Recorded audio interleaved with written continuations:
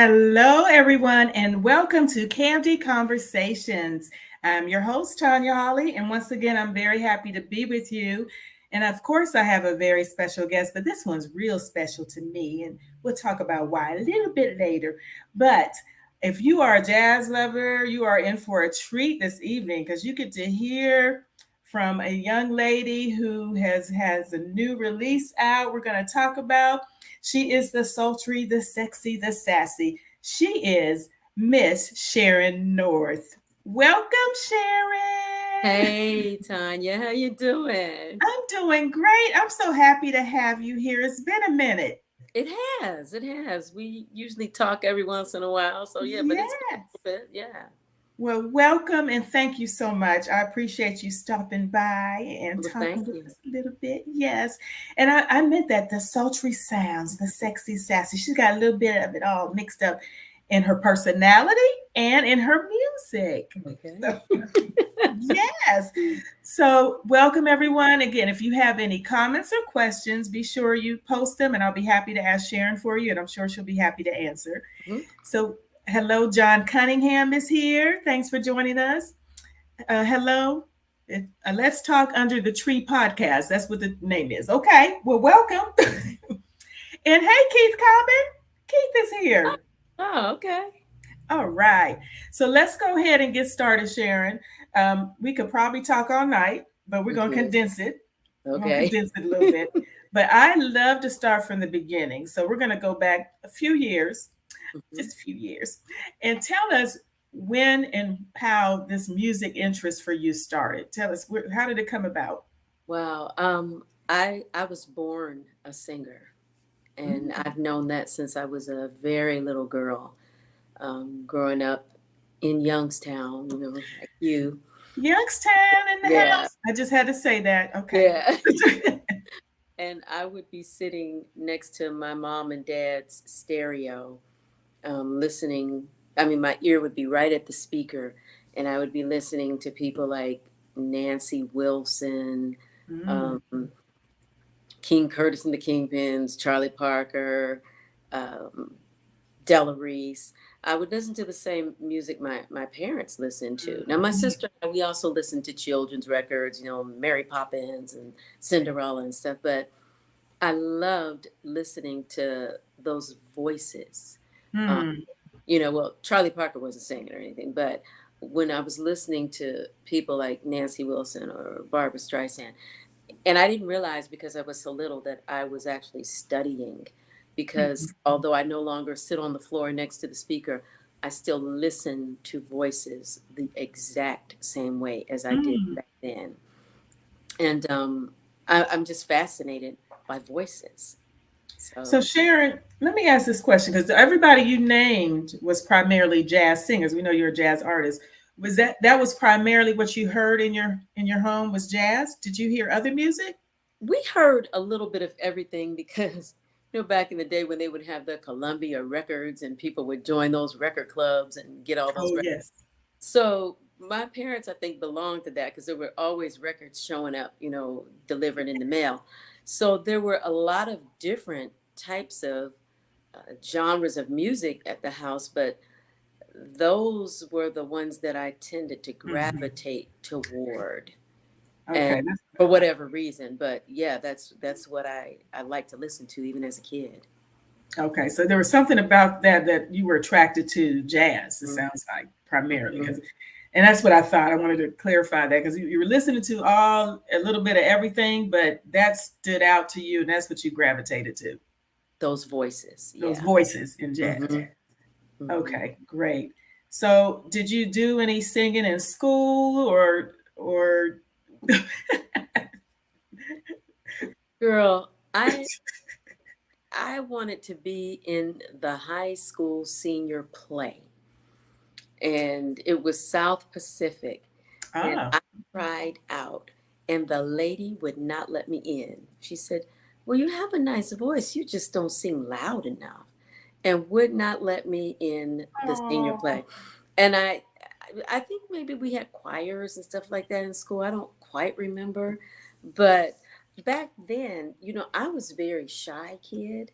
Mhm. So I was a little too scared to actually do it, in high school. My first actual performance in front of people, I was maybe about 19 or so, and my cousin asked me to sing, lift every voice and sing at an event for Black History Month at the McGuffey Center. And I did, and I was so scared.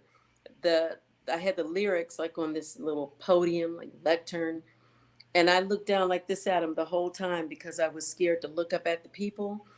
And I Mhm. was so glad that that podium thing was there because that prevented them from seeing my legs shaking. I mean, I was a nervous wreck. And people came up to me afterwards and were saying, "Oh, you have such a beautiful voice and stuff." But I'm thinking, I don't know if I'd be singing in front of people because I don't know. And then I Mm. just had to say to myself one day, your fear your fear is in a battle with your desire to sing, because Mm. I wanted to sing. I said, you have to make that desire stronger and greater than that fear, or you're not going to be able to do it. And so I did. Wow. And so what was the first when how did that happen? What was the first thing you did to make that happen? Do you Man, remember? I don't even remember. It may have been something in the studio. Oh, I think okay. it probably was. But now to this day, studio makes me nervous.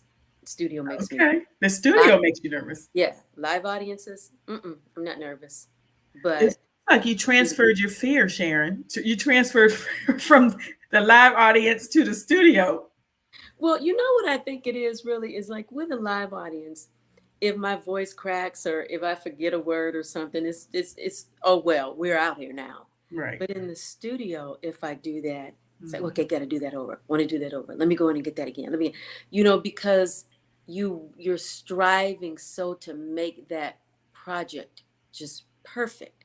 Because once Mm. it's fixed. You're cutting for keeps. That's Right. it. Right. So and even now it's a little different with live performances because everybody's got their phone up, so they're recording you anyway. That's you know right. yeah, but there's something about that studio that's a little unnerving for me. Well, I guess that makes sense though. And even when you do it right, the person producing or whatever may hear something else or want something else. So you may still have to keep doing it over, even though you thought it was right, right? Don't I know about that? Well, Yeah. you would know more than me. I've just heard the stories. Yeah, I've no, oh yeah, from you, yeah. as a matter of fact. Hmm. Yeah, yeah, Yeah. it's like, okay, that was really good, but you got a better one. And I'm like, maybe I don't, maybe that was the better one. They can pull it So out of you. That's why they're there, I guess. yeah, you can work on one song for just ever, so, but, you know, they want the best. And I do too. I want everything to be as best. Yes, And so, absolutely. So you got over your fear, and hmm were you still in Youngstown when you got over this fear, or were you somewhere else? I was in New York Okay. And I the want to first, make sure I yeah. mention you while we're seeing the music side of you. The whole time you've had another career simultaneously. And I want to Hmm. talk about that too. So what have you tell everybody what else you do, your other Oh, life? wow. In my other life, I've been in communications for many years. I Mhm. started as a news reporter, TV reporter. Mhm. Actually, I didn't start as a TV reporter. I started as a print reporter. I wrote for little newspapers. Then I went to radio, and then I went to TV because that was the track you did back then. Now it's a Mhm. little different. And I did that for a long time. Local stations all over, Mhm. the East and Northeast. And then I went to CNN in Atlanta, and I worked there for a few years. And then I did what so many of us do in this business. We decide to get out and get into the other realm of communication. So I got out and I took a position at Morehouse School of Medicine's National Center for Primary Care as a communications relations manager. Mhm. And did that for a minute, and then did health communication specialist as a contractor at CDC. Then for like 12 and a half years, I was the public information manager in Richmond, Virginia for their Department of Public Works with the city. And for about 18 months now, I've been in Northern Virginia, where I'm the communications section for the Department of Public Works and Environmental Services. So, yeah, and I'm an author too. So, Yes, but we're going to get to that. You weren't supposed to say that part yet, okay. Sharon. But she kind of slipped it in there. But we'll get to the author part. But you have quite the colorful background, and I love it because you can do both sides of it. As far as the PR for your music, because you have that background, which is really cool. But I wanted you to share that because you might have seen her on TV somewhere, everybody, doing the news some years ago. No, could have something. Yeah, it was her. It was her. You weren't seeing things. It was her. It truly was her. Okay, I wanted to make sure I shared that because it's so colorful and you're still doing that. It amazes me.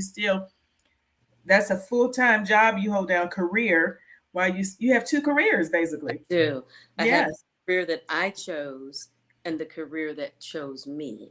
And singing is the one that chose me. So no matter what else I do, whether it's a reporter or whether it's a communication section chief, the singer is always there because the singing is not what I do. That's what I am.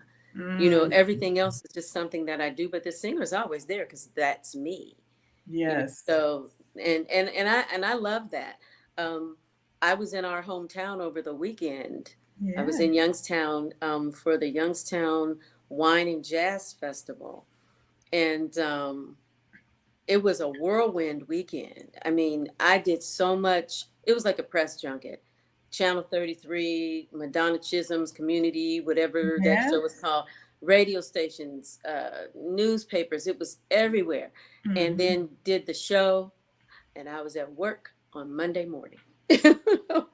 And how long had it been since you have you ever performed in Youngstown? No, other than the lift every voice and sing, no. Sharon, I'm sorry, we can't count that one. This was actually my first professional performance in Youngstown, and I was so pleased about doing that. And there were so many people there that I knew.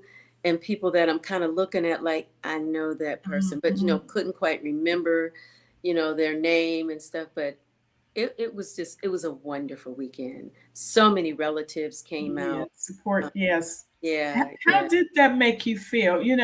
You have been gone for a long time, right? I don't know how many years it's been, but I know it's been a long time. Over 25 years. And so you come back as this jazz artist. Wow. And performing at the new Amphitheater. I'll still call it new. It is. It's only 3 years old. Right. It's only 3 years old and COVID was in between there. So it is really still new. And you get to perform at this brand new venue at a jazz and wine festival, and your family and friends are there to support you. I mean, this is where you grew up, where you went to high school, where you had I'm guessing your first job or one of your first jobs. Absolutely. What did that feel like, Sharon? It was almost surreal, because when I think about, jobs, I worked in the merry-go-round in the Southern Park Mall. I worked at McDonald's in Boardman. I worked at the stadium at YSU. I mean, I had all these jobs, and then I got a real job, and I worked in the Youngstown Police Department for about 6 years as a civilian clerk. And wouldn't you know, a guy came to my dressing room and he was like, "Hi, Sharon." And I'm like, "Hi." And he was like, "I figured this has to be the same Sharon North. You don't remember me, do you?" And I'm looking at him and I'm trying to remove the gray hair and stuff and see what he looked like back then. And I called his name. He's the head of security. And he's like, "Yeah." He's like, "I'm not a cop anymore." And I was like, wow, I haven't seen this guy probably since the early to mid 80s.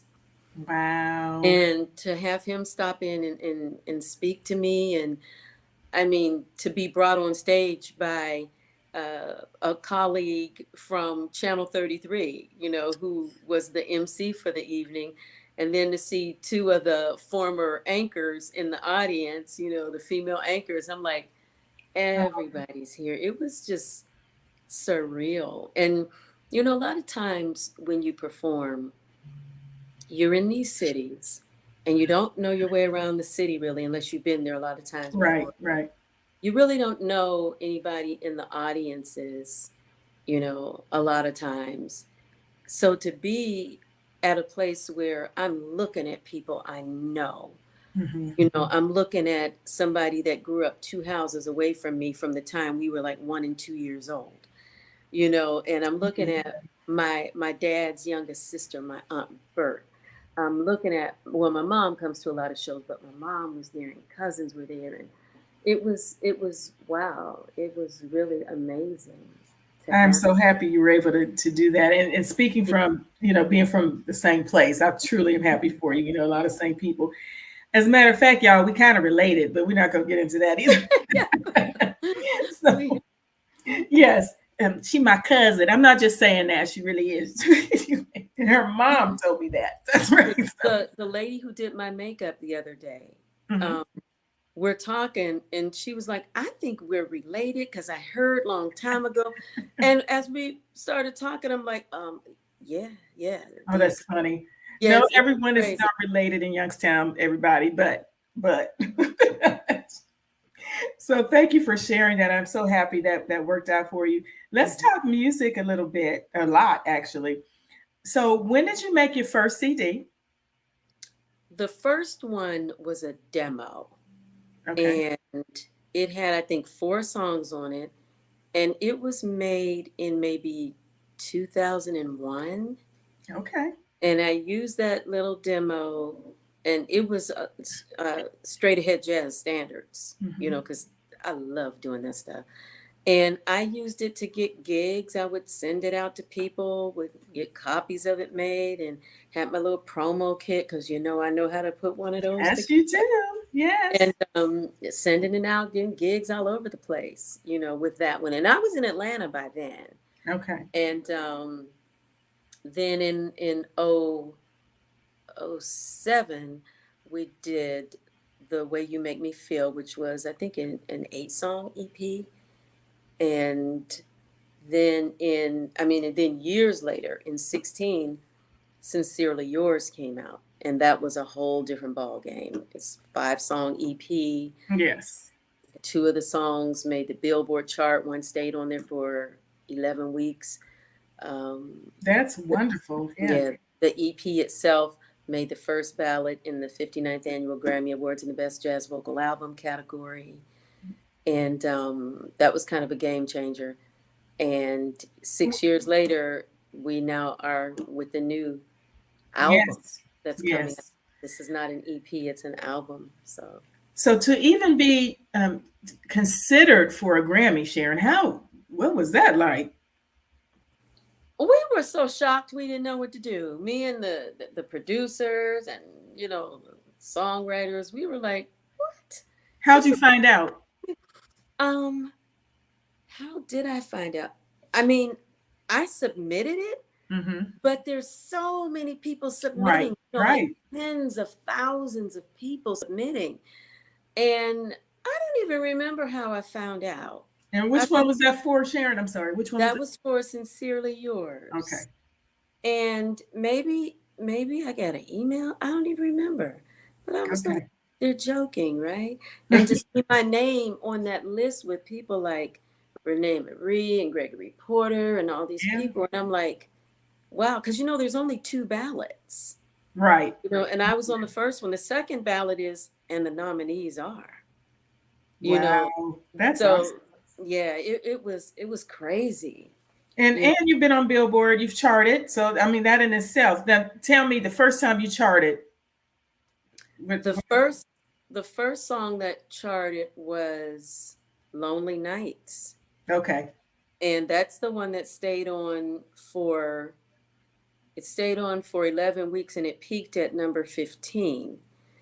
And I have a radio promoter. Hmm. So he kind of let me know that was, you know, these things were in the works, and that the Billboard chart, he was like, you're gonna, you know, you're coming in next week, you're gonna be on. And I'm like, really? He was like, yeah, because they get, all of the information in advance, Okay. kind of know what's going on. And I'm like, oh, Billboard chart. He was like, yep, you made the chart. I was like, oh my gosh. And when it kept staying on there, I thought it would go on and drop off. But week after week after week, it was still there. And I was like, wow, and he was surprised too. We were all just amazed at how this was happening. That is So wonderful. great. Yeah. You got to check out Sharon's music. We'll get to that toward. We'll make sure you have all the information. But Sharon, what was your most memorable experience since you've been either performing or singing, or whatever the most memorable thing is that comes to mind? I have a couple of them that are just like neck and neck. Okay. I was asked in Richmond, Virginia, they used to have this summer concert series called Fridays at Sunset. And I was asked to do a show, and I was like, yeah, okay. And you're opening for somebody. And I didn't know who I was opening for at first. And then I found out that it was Joe Sample and the Crusaders. Ooh. I was like a Joe Sample stalker. Loved Joe Sample. And when the day of the show, when I pulled up for sound check, and they sound checked first, and when I opened my car door, they were sound checking to Street Life. Ooh. And I'm like, is this really happening? Oh. I'm listening to them sound check to Street Life, and it's Joe. I mean, I was just amazed. I was amazed. So that was one of them. Actually, there's like three. I was asked to open for Bob James, another one that I just absolutely love, Bob James. So those two. And then the third thing was I was at a festival called Sharons in the south of France. And right before I went on stage, the stage manager, who was French, said, Aretha Franklin died. And I'm like, what? And he's like, he's real animated. He's like, Aretha Franklin died. And I'm like, what are you saying? And then he showed me his phone, and it said, Aretha Franklin died. Aretha Franklin, what? Aretha Franklin died. Oh, That's died. Oh. Tell me. Oh. So I was they were just about to announce me. The lady was walking up, and I said, wait. So I'm like, we showed her, and she was like, oh my gosh. So I was going to be singing from this balcony for this portion of the festival. Festival is several days long. But the start of it is people singing from balconies, like the Troubadours did, a cappella. And the people are all down on the ground. And I was like, okay, we're going to switch up here. So I went out and I sang Natural Woman. And all of these people were down there. And 99.9% of them were, Francophones. They spoke French. They didn't, but music is so universal. Yes. That when I got to the "You Make Me Feel," they were singing it.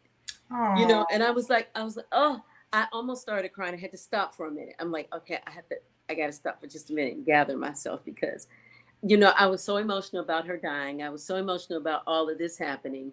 And then I went on ahead and finished the song. But that was truly a memorable moment, to have a bunch of French-speaking people singing along with me. And I'm up on a balcony. Oh, wow. In an old medieval French village in the south of France. I mean, it doesn't get any more cool than that one. That is memorable. Yeah. And the fact that you have toured internationally, it's great that you were performing in France. That's pretty awesome. Yeah. I went 2 years in a row, and then COVID hit. So I went 18 and 19, and then COVID, and haven't been back. But oh, how I love that place. I could live there. Could you? Okay. In the south of France. Just love it.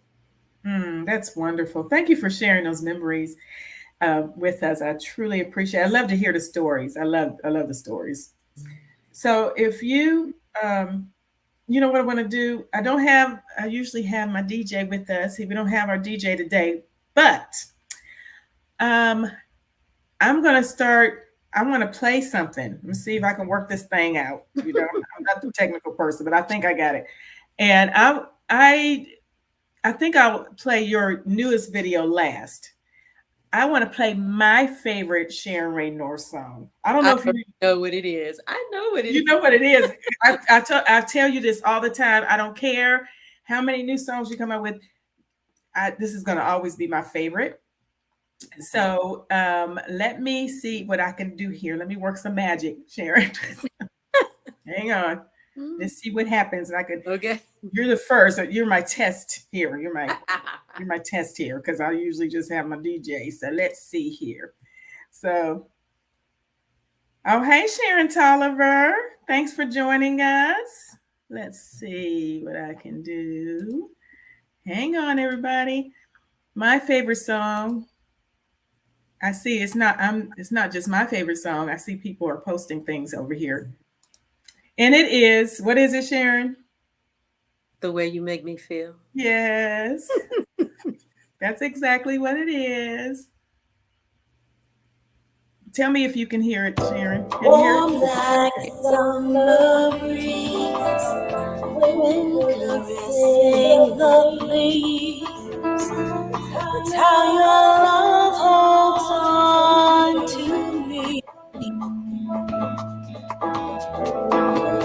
Cool like the ocean winds, moist like a refugee. The way your love just sets me free. Oh, the way you make me feel. Our love is here to stay. Your feelings are so real. Yes, we'll always be this way. Footprints in the sand. We're walking hand in hand, watching sunrise and sunset. Dinner by candlelight, cuddle up all through the night, making love we won't forget. Oh, the way you make me feel. Our love is here to stay. Your feelings are so real. Yes, we'll always be this way. Okay. I got it. I don't want to play the whole thing. I'm going to tease everybody. But I love that song. And so does Sharon Tolliver. She said it before I even played it. So she said, it's my song. She put it in there. Okay. Yeah, Sharon. I heard this song for the first time in Paris. Parisians love jazz and only think it's authentic if it comes from us. Ooh, that's what Sharon's saying. She heard your song the first time in Paris. Wonder if I made any money off of that. Oh, that's funny. No royalties. Oh, that's funny. I'm sure. I hope you did, Sharon. So, but tell us about that song because I've always loved that song. Wow. A guy that I dated for a very long time, wonderful producer and guitarist named Vic Smiley.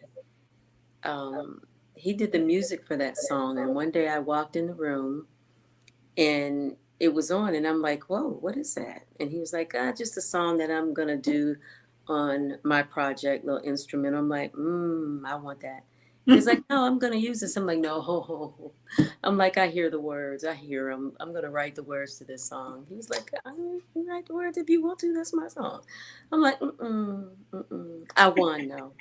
I wrote the song, the lyric. He did the music, and And that's how it was. And it's funny because if you look inside that album cover, the EP cover, Mm-hmm. it says like vocals and stuff are recorded at Bedroom Music Studios. And people were like, "Where's that at?" And I'm like, "In my bedroom, in the closet." Because we were like, not shoestring budget, no string budget. We had spent our money buying the Pro Tools thing that he didn't even know how to use. That's the first song he ever did on the Pro Tools.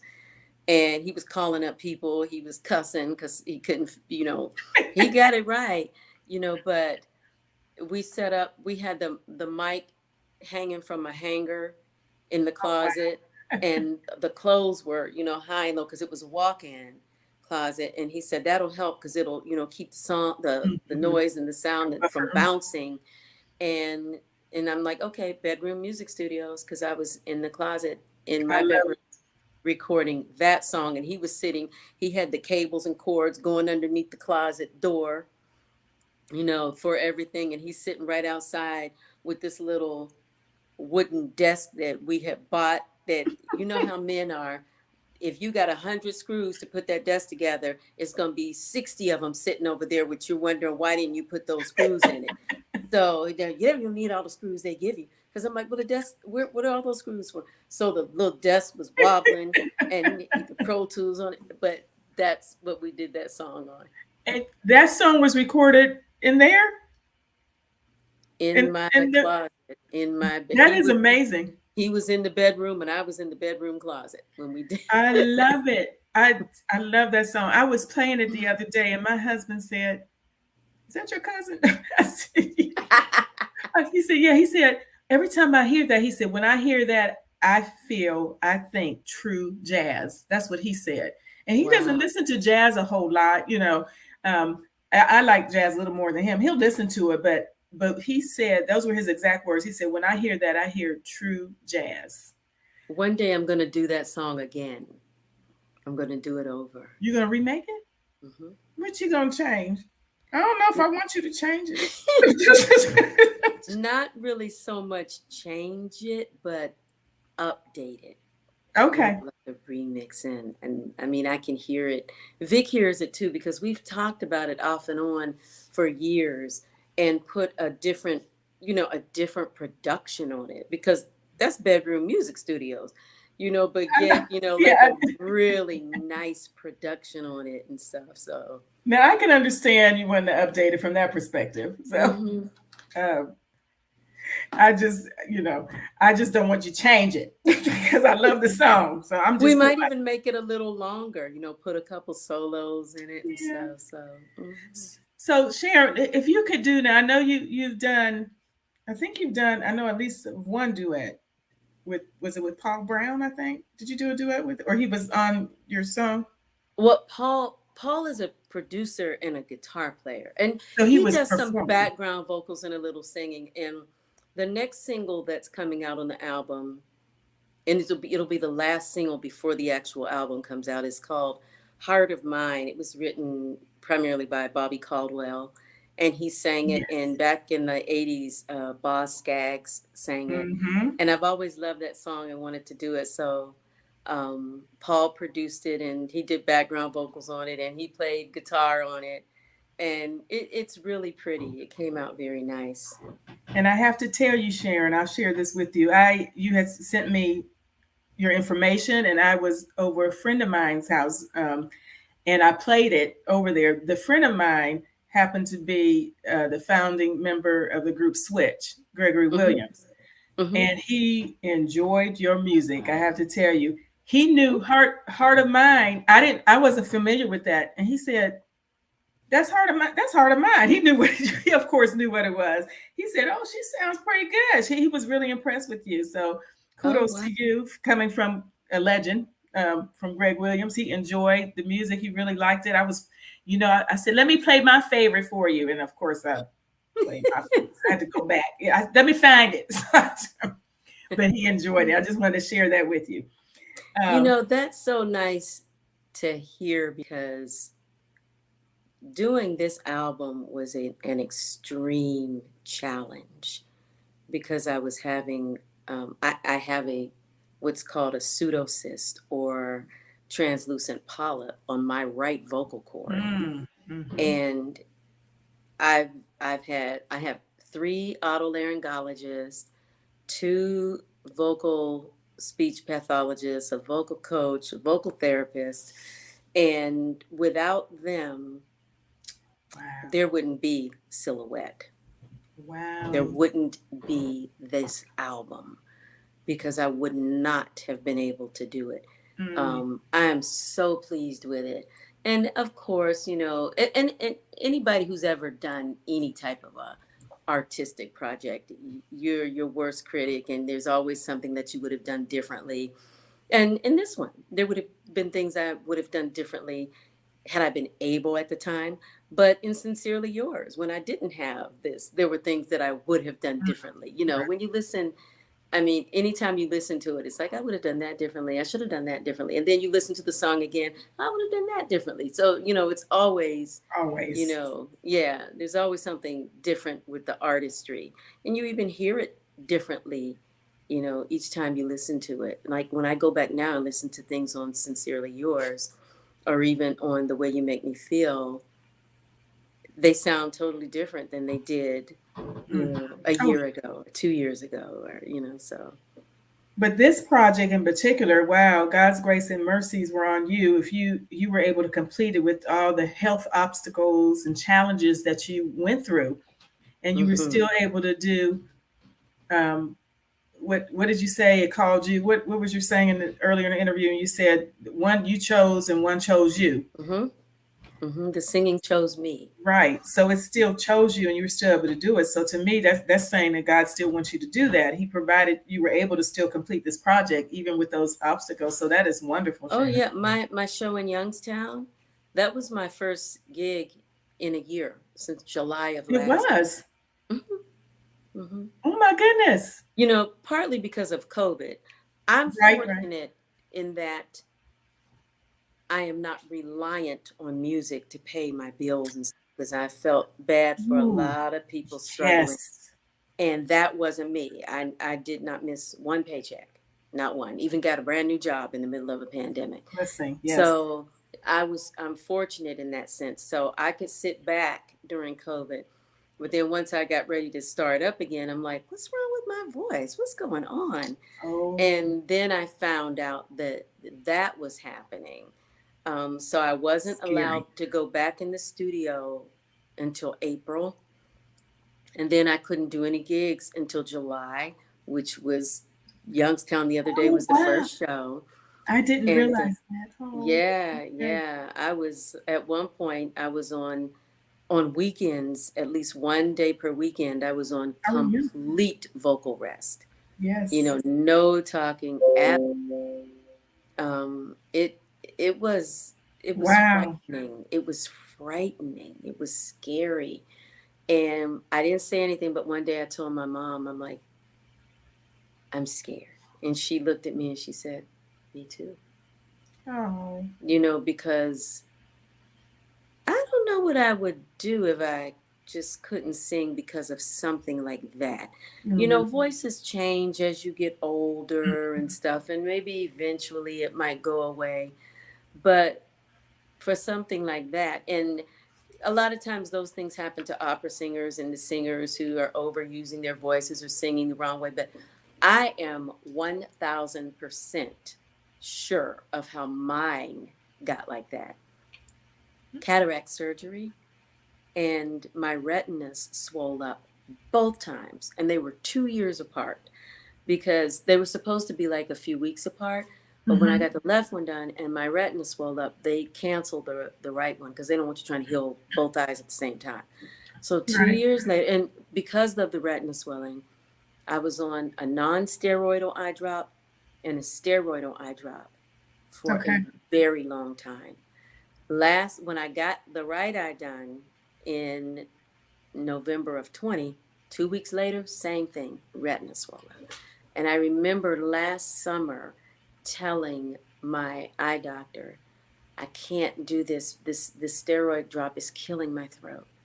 Oh, And okay. he's like, what's going on? I'm like, I'm a singer, and this thing is just insane. My throat just goes berserk when that steroid hits it. And he said, Oh, can you taste it? And I'm like, yes.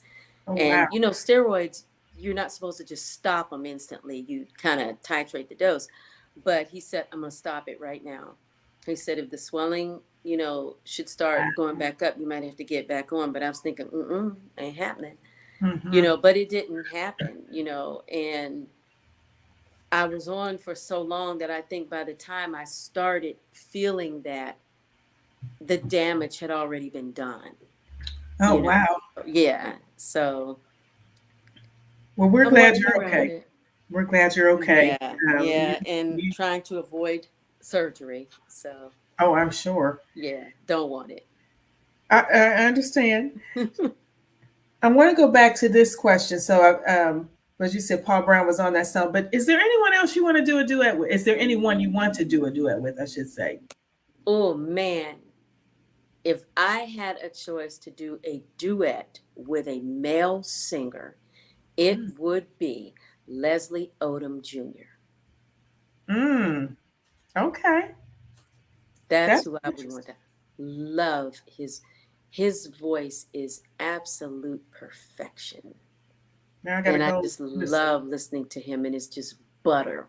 You know, I love it it. is. When he sings, it's like, ooh, that's butter. What And you I would said it so. I told y'all she has this sultry, sexy way. Anyway, she says it's I better. he would be my first pick. Okay. Yeah. Hmm. Any females you wouldn't mind would like to do a duet with? Wow.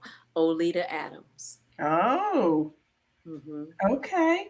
I love her voice, her tone, her everything about her. And she would be my pick. Very interesting choices, as Sharon says. Let me read you a couple of the comments. Um, Madden Gamer saying, hey. Um, E Groove's Old School Musics. This show is my intro to you. I have to look you up on iTunes. Sharon, you can sing. That's what he said. Thanks for joining us. Thank you. And Sharon, like I said, she said, what an interesting choice, those. Okay, let's talk about, because I'm saving we got a few more minutes. I want to make sure we get in the author and then we'll talk about your new release. So a little bit more. So you are also an established author. Tell us about that, how that came about and what your books are about. My first book came out 19 years ago, and it's called My Brand New Leg. And it's a children's book, all rhyming like a little Dr. Seuss book. And I wrote it after my father died. My dad died in November of 2000. And I wrote the book in 2001. It came out in 2003. And it's two little girls at school, and one of them has a prosthetic leg, and the other girl has never seen it before, and she's wondering what she can do with this leg. Can she run? Can she swim? Can she, you know, do all these other things, ride a bike? And she's showing her that, yes, she can do everything all the other kids can do. And at the end, she wants to introduce her to all these other kids and, you know, introduce them to her new best friend and stuff. And I wrote that book after my dad died. In the last year of his life, he lost both his legs to diabetes complications. Mm. And one day he was in the hospital in Youngstown, and he still had one leg, but his right leg was gone, and to just below the knee. And a lady was walking past the hospital room, and she saw my mom in there, and she stopped in because she knew my mom. She had a little granddaughter with her, probably about 8 years old. And I knew she wanted to ask my dad about that leg because she could see it. But, you know, as adults, we're like, don't look, don't stare, don't Right, ask. right. And it just got the best of her. So I'm just kind of sitting there back in the cut watching them like, oh, she going to say something eventually. And finally she said, what happened to your leg? And my dad said, well, I got sick and they had to take it off. Did it hurt? And by the time they finished talking, she was like holding on to the bed rail, and she was just eye level with his stump. And I thought that was just the coolest thing for her. She'll probably never tease anybody or anything like Right, that because she's had the conversation. right. And most people with a disability don't mind you asking about it. They don't mind talking about it. They just, like anybody else, they don't want to be teased and ridiculed and laughed at and harassed. Right. They don't want any of that, but they don't mind just talking about it. And that's how that book came into being. It was part of my catharsis and dealing with the grief of losing my dad. And what's the name of it again? It's called My Brand New Leg. So everybody, if you have kids or even adults, you want to get that. Mhm. And then we have a more recent one, which I have to get from you because I can't wait because I always read about all the antics. So tell us about the new one. The new one, which just came out the beginning of June, and it's called Frantastically Frances, The Sayings and Snarks of My Mama, the Senior. And it took me about 4 years to write it. It's just a compilation of entries of just things that my mother says, because my mom is 84 years old now, and although she's always been outspoken and unfiltered, I mean, there is a zero filter now. If it's in her head, it's a good chance it's going to come out of her mouth. And people, it kind of, I always wanted to do it. And then when I would post things on Facebook that she says, people would just go crazy. And they'd be asking me, your mother say anything good lately? What'd your mother say about the award show? And some people would DM me. One guy did. He was like, tell your mother we love her over here in Ethiopia. Oh, wow. And so people were like, you guys need a blog. You guys need a sitcom. You guys need a book. The book was already kind of in the works. Mm-hmm. And so I started pulling things from Facebook memories once Facebook memories started, thank God. Yeah. And then things that I remembered, things that I had jotted down. Give us an example, Sharon. Anything you want to share. The first entry in the book is, she says, Jane Fonda and I are the same age, and she was just arrested for the 5th time. She's got me beat. I was only arrested 3 times. You know? Okay. You know, and stuff like romance without finance is a nuisance. You know? And this thing, she said something about when she said, when I was younger, I was a Negro before they started calling us Black. And that was James Brown's fault because he made that song, Say It Loud, I'm Black and I'm Proud. When I was young, if you called somebody Black, they beat your ass, you know? Oh, that's funny. I could see these conversations going. Oh, it's crazy. And one of my favorites is when she said, well, 2. One of my favorites is, what goes against the Bible goes against the Bible. I don't think God changed his mind. I love that, you know, because it's so profound, you know. Yes. And then she got mad at me one time because I washed a lot of her baseball caps. I don't know when my mother started wearing baseball hats. And I put a bunch of them in the washer, and she got mad. She thought they were going to mess up. And she said, and some of them hadn't even been worn yet, like that one from Punta Kinte. And I'm like, Punta Cana, Mom? I thought you said Kunta Kinte from No, Punta Kinte. Okay, I got it. That's funny. And she got really soft with it at the end because I think she realized it was wrong because she's like that one from Punta Kinte. So you might have to get some videos to go with these at some point. Hilarious. Everybody that's reading it, I mean, people have said that they spit out stuff reading what that they were eating and drinking, and you know, even the foreword. One guy said he barely even got through the foreword when I was talking about me and my sister growing up with her, and we understand now why she was the way she was, because she was a single parent and she was not about to relinquish control of her house to the teenagers, you know, which some parents do. They're scared of their kids. You know, like my mom would walk up right in your face and say, you want to hit me, don't you? And we were like, and maybe you were thinking I could take Mom, but then it was like, you know, so. But you changed your mind after she got up in your face. So everybody get the book. You can get it on my website, SharonRaeNorth.com. Yes, yes.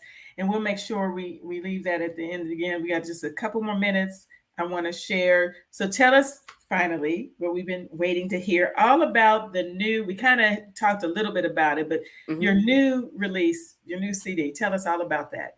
It's called Silhouette, and it's my very first 10-song album. Produced 8 of the songs were produced by Chris Big Dog Davis. Yes. And he also produced Sincerely Yours. So I've been working with Chris now for about 7 or 8 years, and 2 songs produced by Paul Brown. And there are 3 beautiful covers on there. The cover of Heart of Mine, the cover of an Al Jarreau song, I Will Be Here For You, and a cover of Brenda Russell's Piano in the Dark. Yes. Which, I love that song. I've always loved that song. And then the rest are originals. You did a good job on that too. Yeah. And one song is an original by Vinx. And that's The Kiss That Wakes You. And I absolutely love that song. I heard it in his studio in France. And I told him, I said, Vinx, I want that song. He was like, okay. And then there's another musician called Brother Paul Brown, who Paul Brown sometimes worked with. So we have an original song by Brother Paul Brown called Fly Away. That's really beautiful. And my mother loves that song. It's a really slow ballad. It's pretty. I'm really happy with the way everything came out.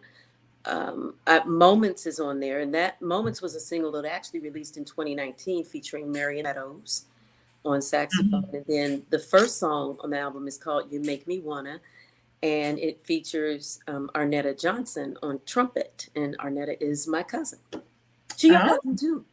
Is she? Okay. Hey, Arnetta. Okay. And Arnetta plays in Beyonce's band. She's Beyonce's trumpet player.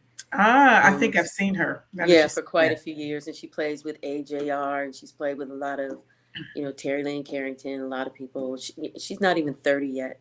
And I was like, cousin, I want you on this song. She's like, okay, let's do it. Oh, that's wonderful. Yeah. My first time having a family member on an album. So I'm excited to have her on there. Yes. I hope the album is also available on my website. People can order it now, even though it hasn't released officially to radio, but people can order it. And it'll go out to them now. They don't have to wait or anything. So yeah, so people have been ordering it. So let's go ahead. Let me test my technical skills again, Sharon. And I have your video, We Should Be in Love. We Should Be in Love. That was the last single.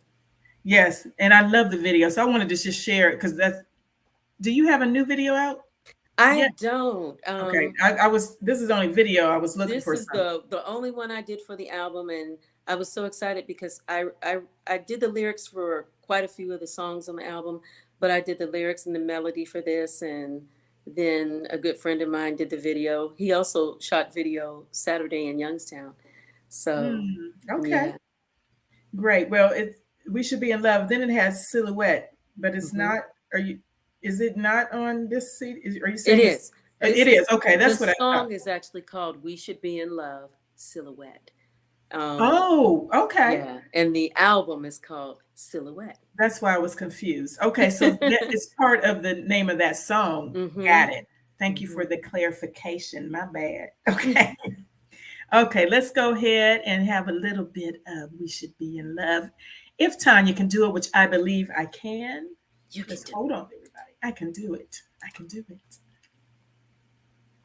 And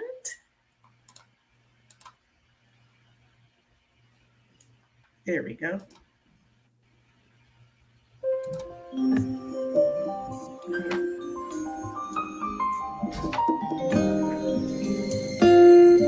Imagining you on the shore, stars like you in silhouette. Your tide is rising, rushing deep in me, making me so wet. And all I want is to hold you, feel you next to me, tell you you're all I want, you're everything I need. We should be in love, counting the hours till I see the pleasures night will bring. The wine and candles and the slow dance, how you romance me. And all I want is to kiss you, feel your lips on mine. You are my fantasy, my grateful love divine. We should be in love. We were in love. Every day would feel like spring, and every night the heat of summer love making.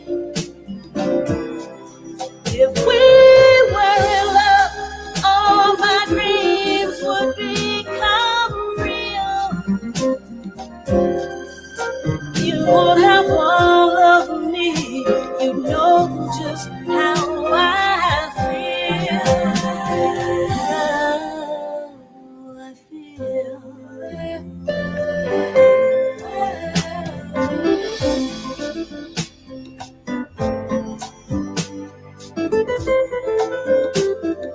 Okay, I hate to stop it. I'm really getting into it, but you all can go to YouTube and see it and buy it and purchase, go to her website and all that good stuff. We'll make sure we leave it again at the end.